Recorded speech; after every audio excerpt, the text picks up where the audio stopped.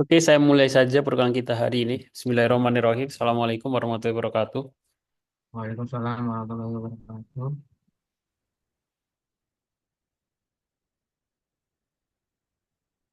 Oke, kita masuk minggu kedua. Walaupun sekarang itu minggu keberapa ya? Minggu keempat ya. Ada dua pertemuan yang nanti harus saya ganti. Oke, kemungkinan untuk selama puasa ini online ya. Mungkin saya bisa ke kelas habis Idul Fitri Lebaran. Sama nanti pengganti perkuliahannya. Hari ini saya akan bahas mengenai konsep proposisi. Termasuk nanti juga ada tugasnya. Nanti ada tugas individu hari ini dengan pengumpulan terakhir hari ini jam 12 malam lah. Tujuannya apa? Saya pengen tahu pemahaman kalian. Apakah memahami atau enggak sebelum masuk ke materi selanjutnya. Oke. Di mata kuliah sekarang kita membahas tentang logika informatika atau logika matematika. Kalau Tan Malaka itu kan membuat buku namanya Madilog ya. Materialisme, dialektika, dan logika. Supaya apa? Supaya masyarakat Indonesia itu berpikir secara logis ya, nggak secara mistis atau cara berpikirnya salah gitu ya. Termasuk juga supaya bisa memahami apa yang sedang terjadi gitu ya. Logikanya harus bisa berpikir dengan benar.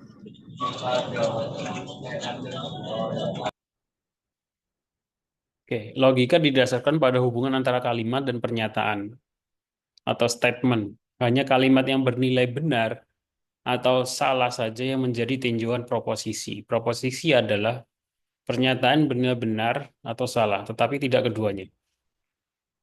Oke, bentar. Nah, logika proporsional adalah cabang dari logika matematika yang mempelajari pernyataan-pernyataan atau proposisi ya, yang bernilai benar atau salah. Jadi yang kita bahas hari ini tentang proposisi. Proposisi itu pernyataan, bisa benar, bisa salah. Nanti saya kasih contoh, termasuk nanti tugasnya. Logika proporsional sering digunakan dalam ilmu komputer dan komputasi, terutama analisa algoritma, desain sirkuit digital, dan pemrograman. Biasanya logika proporsional atau pernyataan ini bernilai bisa bernilai benar atau salah ya. Kadang disimbolkan dengan T, T itu artinya true atau atau Apa tuh? Kiper. dan kemudian salah atau false ya, F. Di beberapa dosen mungkin ada yang memakai bahasa Indonesia ya, menggunakan simbol B atau S, benar salah gitu ya. Kalau saya menggunakan true false, T atau F. Nah, apa itu proposisi? Proposisi adalah kalimat atau pernyataan memiliki nilai kebenaran. Jadi sebuah pernyataan itu kan mempunyai nilai. Apakah semua pernyataan mempunyai nilai? Tidak. Nanti ada contohnya yang tidak termasuk pernyataan atau tidak termasuk proposisi. Proposisi itu hanya yang mempunyai nilai kebenaran. Bisa benar atau salah, tergantung tergantung masing-masing individu ya. Contohnya sebuah kalimat atau sebuah pernyataan yang pertama ini, hari ini hujan. Hari ini hujan. Ini kan bisa benar, bisa salah ya. Maksudnya ini adalah proposisi. Bisa benar, bisa salah. Maksudnya gimana? Ya tergantung yang baca ya. Maksudnya tergantung masing-masing individu ya. Kalau kemudian sekarang berada di Jakarta dan Jakarta hujan, berarti pernyataan ini benar. Kalau sekarang lagi ada di kampus dan di kampus lagi gak hujan, berarti pernyataan hari ini hujan salah. Seperti itu contoh proposisi. Bisa bernilai benar atau salah. Contoh yang lain, 2 ditambah 2 sama dengan 4. Ini contoh proposisi yang bernilai benar. Maksudnya pernyataan ini benar, gitu ya. Kalau yang atasnya itu bisa benar, bisa salah ya, tergantung tempat. Terus yang terakhir contoh yang salah. Langit berwarna merah atau langit berwarna hijau gitu ya. Nah, itu berarti pernyataan itu salah atau proposisi ini bernilai salah. Jadi proposisi itu pernyataan yang bernilai benar atau salah. Atau bisa dua-duanya, bisa benar atau salah. Oke, sampai sini bisa dipahami ya?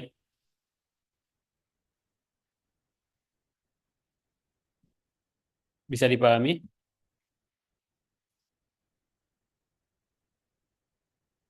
Ini beberapa contoh sebuah proposisi atau pernyataan yang termasuk proposisi atau enggak. Sebuah pernyataan gajah lebih besar daripada tikus. Apakah ini sebuah pernyataan? Apakah gajah lebih besar dari tikus itu sebuah pernyataan? Iya, dia pernyataan. Apakah ini sebuah proposisi? Iya, dia sebuah proposisi karena apa? Karena dia mempunyai nilai kebenaran. Apakah nilai kebenaran dari proposisi ini? Nilai kebenarannya adalah benar. Karena gajah memang lebih besar daripada tikus ya. Itu contoh yang pertama. Contoh selanjutnya, apakah 500 bukan apakah ya?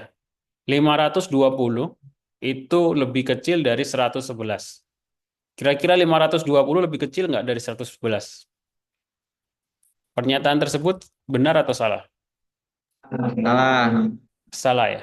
Nah, ini termasuk proposisi yang mempunyai nilai kebenarannya adalah salah. Nilai kebenarannya salah. Jadi pernyataan itu mempunyai nilai kebenaran. Ada nggak contoh pernyataan yang tidak mempunyai nilai kebenaran? Ada. Nanti setelah ini. Jadi ini sebuah pernyataan ya. Apakah ini sebuah posisi ya? Nilai kebenarannya apa? Salah. Ini contoh yang salah. Next. Nah, Y sama dengan lebih besar sama dengan 5. Ini contoh yang tidak termasuk sebuah proposisi. Apakah ini sebuah pernyataan? Iya, itu termasuk pernyataan ya. Sebuah kalimat. Y lebih besar 5. Apakah ini sebuah proposisi? Tidak. Kenapa? Nah, kenapa tidak bisa disebut tidak disebut sebuah proposisi? Karena nilai kebenaran dari pernyataan tersebut tergantung pada nilai Y. Y lebih besar 5. Dan kita belum tahu atau belum mendefinisikan nilai Y-nya. Jadi, apakah pernyataan ini benar atau salah, kita tidak tahu. Makanya tidak disebut proposisi. Karena tidak mempunyai nilai kebenaran salah atau benar. Nilai kebenaran dari pernyataan tersebut tergantung pada nilai Y, tapi nilainya belum ditentukan. Pernyataan jenis ini kita sebut sebagai fungsi proposisi atau kalimat terbuka. Contoh yang lain, tolong untuk tidak tidur selama kuliah. Apakah ini sebuah pernyataan? Tidak. Ini tidak pernyataan ya.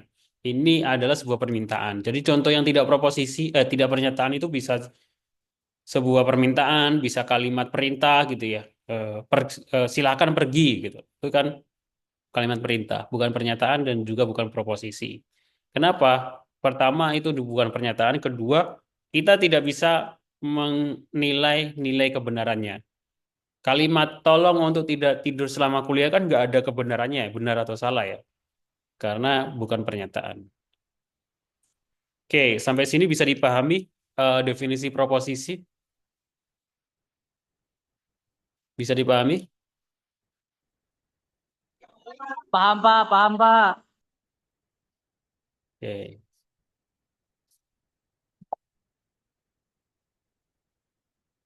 Nah, proposisi itu ada operasi dasar logika proposisional, ya. Ada operasinya. Kalau di operasi aritmatika dalam bahasa pemrograman penjumlahan perkalian ya. Di sebuah pernyataan atau logika proporsional juga ada operasi dasar. Operasi-operasinya apa saja? Ada namanya konjungsi, disjungsi, negasi, implikasi, dan biimplikasi. Kita masuk yang operasi yang pertama dulu ya. Minggu selanjutnya nanti kita bahas disjungsi, negasi, dan seterusnya.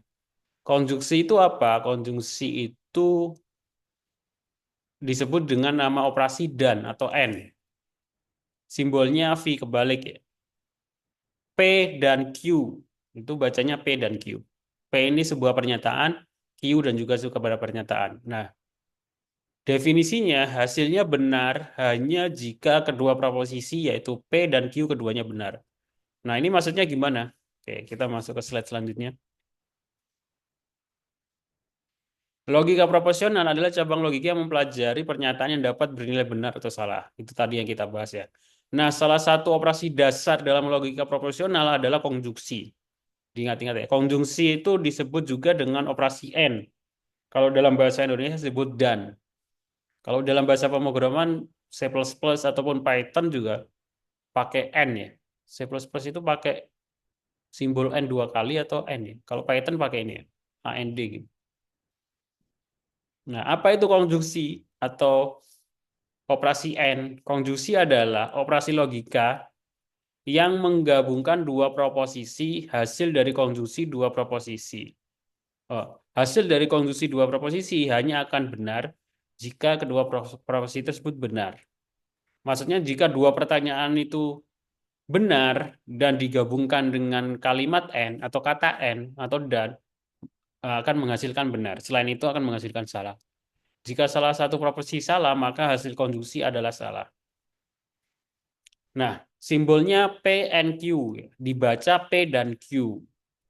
Definisi P dan Q bernilai benar jika P dan Q keduanya benar. Jadi kedua pernyataan itu harus benar untuk menghasilkan benar. Contoh, dalam sebuah kalimat atau pernyataan ada sebuah logika gitu. P adalah P ini variabel ya, simbol aja. Nanti notasi notasi kalau notasi konjungsinya adalah simbol N-nya ini. Hari ini hujan. Itu pernyataan P atau proposisi. Kemudian Q-nya saya membawa payung. P dan Q itu hanya simbol aja. Kita bisa pakai simbol dalam alfabet lain, A, B, C, D gitu ya. Sama aja. Tapi biasanya di beberapa versi buku itu bisa lebih terbiasa atau commonnya menggunakan P, Q, R ya. Hari ini hujan, pernyataan itu masuk ke nilai P. Q-nya saya membawa payung, Q. Nah, konjungsi dari P dan Q adalah hari ini hujan dan saya membawa payung. Nah, konjungsi ini, pernyataan ini hanya benar jika kedua proposisi P dan Q adalah benar. Jadi pernyataan ini saya tandain. Mana ya tandainnya?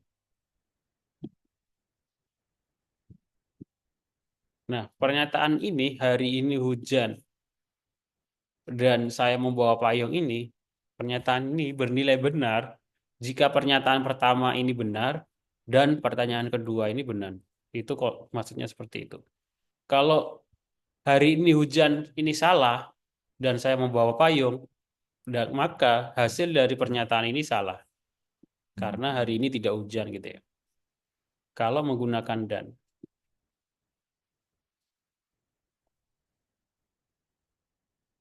Nah, kalau ditabelkan konjungsi itu seperti ini. Tabel kebenaran yang digunakan menunjukkan semua kemungkinan hasil dari operasi logika yang diberikan berdasarkan nilai kebenaran proposisi. Tabel kebenaran untuk proposisi seperti ini ya. Sebuah pernyataan P dan pernyataan Q. Terus ini hasil P dan Q. Hasil konjungsinya. T ini maksudnya apa? T ini true atau benar. Pernyataannya benar. Jika pernyataan P benar, jika pernyataan P ini true atau benar, nah, nah kan, P true dan Q true atau benar, maka P dan Q adalah hasilnya benar, true. Tapi kalau T-nya, P-nya true, Q-nya false, hasilnya false. P-nya false, Q-nya true, hasilnya false. Dua-duanya salah, false, false, hasilnya false. Jadi dia hanya menghasilkan true jika kedua-duanya benar. Apakah ada hasil yang lain? Ada ya nanti di tabel konjungsi, disjungsi dan lain sebagainya di materi selanjutnya. Oke, saya lanjutkan. Ini untuk tabel kebenarannya. Nah, beberapa sifat dari konjungsi. Beberapa sifat dasar operasi konjungsi adalah sebagai berikut. Yang pertama adalah komutatif atau Betul operasi ada. operasi konjungsi bersifat komutatif.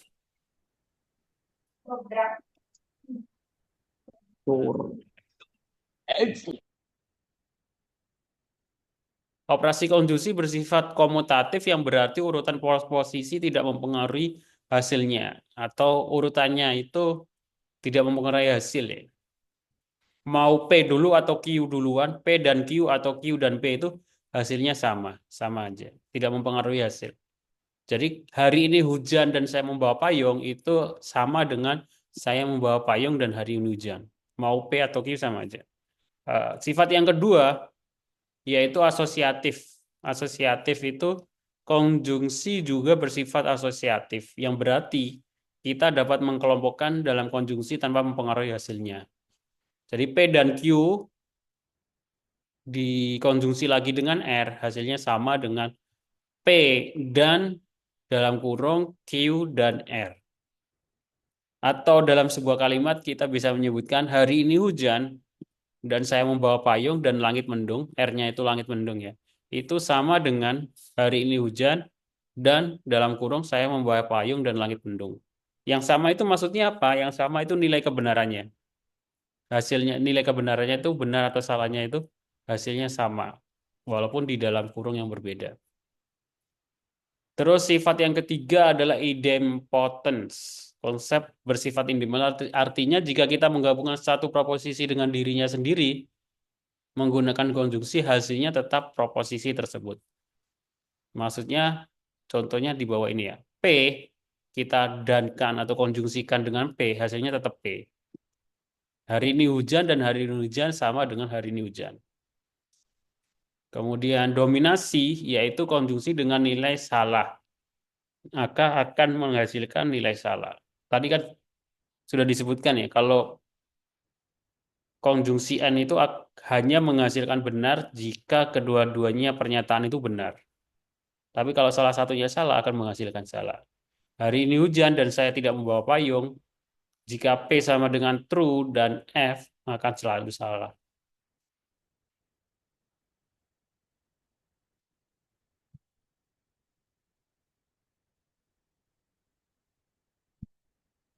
Selanjutnya adalah contoh bagaimana mengimplementasikan atau hubungannya di eh, dunia komputer ya, pembuatan aplikasi hubungannya sama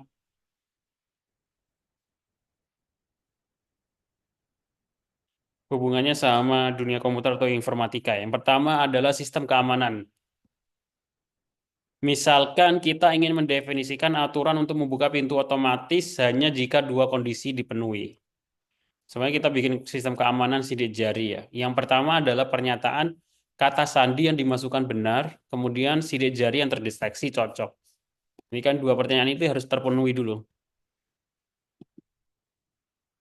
Maka untuk membuka pintu, kedua kondisi harus benar, atau konjungsi dengan P dan Q.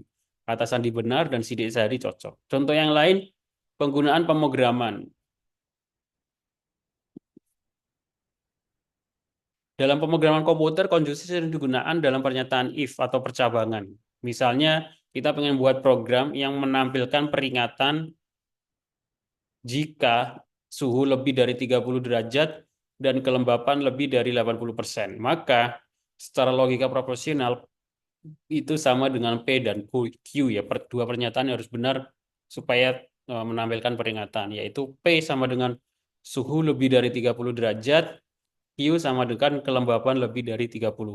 Dua pertanyaan ini harus dipenuhi atau harus bernilai benar jika pengen menampilkan peringatan. Kalau diimplementasikan di program menggunakan if ya, dan and. Oke, sampai sini bisa dipahami? Ada yang ditanyakan dari 27 orang yang datang? Yang belum absen di e-kampus, jangan lupa absen di e-kampus ya.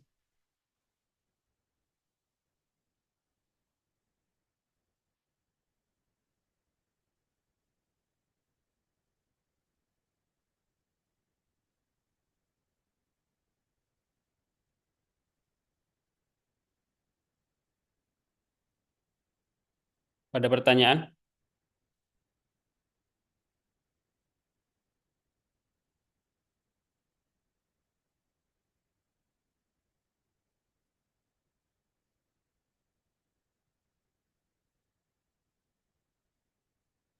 Nggak ada? Sepertinya tidak ada. Nah, Kalau nggak ada pertanyaan, saya yang nanya berarti ya. Silakan dikerjakan tugas berikut ya. Dari silakan diskusi sama temannya. Karena proses belajar itu ya diskusi sambil ngerjain tugas. Supaya saya pengen mengetahui pemahaman kalian, apakah sudah paham atau belum. Di sini ada 3 tugas ya. Dikerjakannya minimal hari maksimal pengumpulannya hari ini ya. Jadi silakan ngabuburit sama temannya, nunggu buka puasa sambil ngerjain tugas. Nggak susah ya. Saya kira 10 menit selesai ya. Nah, ini harus ditulis tangan ini. Tujuannya supaya apa? Supaya mm, kalian lebih paham, nggak gampang lupa kalau ditulis tangan ya. Nah, ditulis tangan nanti difoto jadiin PDF, diupload di e-kampus ya, di menu tugas 2. Yang pertama, tentukan nilai kebenaran dari proposisi berikut. A, hari ini cerah. B, saya pergi ke pantai. A dan B hari ini cerah dan pergi ke pantai. Nah, nilai kebenarannya apa? Silakan ditentukan. Nilai kebenarannya bagaimana? Ya tadi sebagai yang saya sebutkan ya, tergantung masing-masing kalian. Hari ini hujan, kalau di rumah kalian hujan ya berarti nilai kebenarannya benar. Hari ini hujan, kebetulan di kampus gak hujan berarti nilai kebenarannya salah. Nah, ini nilai kebenarannya apa masing-masing gitu ya. Oke, soal yang kedua. Buat tabel kebenaran untuk ekspresi logika proporsional berikut ini. Jika A itu true, B true, C true, hasilnya apa? Jika A false, B true, C false, hasilnya apa? Dibuat tabel ini. Ini kan ada perintah buat tabel kebenaran. Oke. Soal 3, tentukan apakah operasi berikut adalah komutatif atau asosiatif. Tadi kan ada beberapa sifat konjungsi ya, komutatif sama asosiatif. Nah, di soal nomor 3 itu yang A itu ini yang atas ini masuk kumulatif atau asosiatif dan dijelaskan. Itu saja 3 soalnya supaya lebih Ini pakai paham. masker berapa? Jadi silakan dikumpulkan di e-kampus dalam bentuk tulisan tangan ya. Terakhir pengumpulannya hari ini jam 12 malam. Sekarang tanggal 13, 13, 23, 59.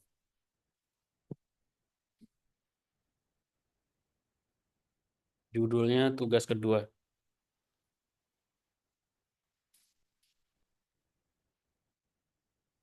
Oke, sampai sini ada pertanyaan? Tidak, Pak. Oke, saya belum bahas tugas yang pertama ya.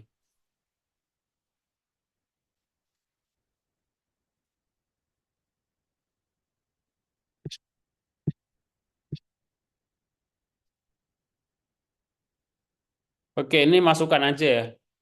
Kalau sekarang masih saya maafkan. Kalau nanti ada tugas bahasa pemrograman, oh kok bahasa pemrograman.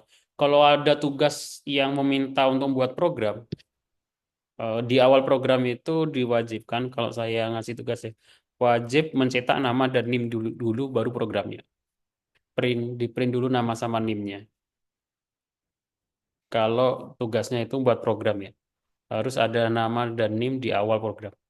Dan jangan seperti ini, jangan semuanya gambar.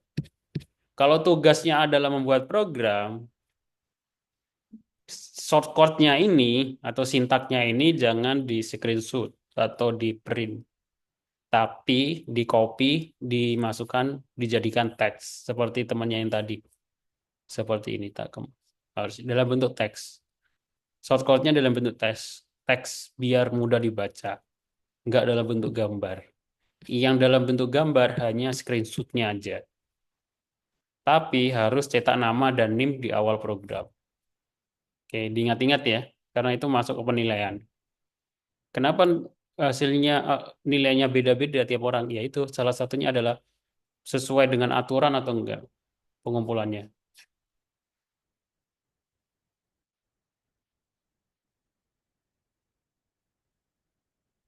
Bisa dipahami? Bisa, Pak. Nah, kalau untuk tugas sekarang, karena tulis tangan, ya nggak perlu ada cetak nama NIM ya. Yang penting ditulis tangan, ya tulis nama sama NIM di awal aja. Kemudian dijadiin PDF, diupload. Terakhir hari ini, oke, Kalau nggak ada pertanyaan, saya cukupkan. Terima kasih yang sudah datang. Saya akhiri. Assalamualaikum warahmatullahi wabarakatuh. Waalaikumsalam. Waalaikumsalam.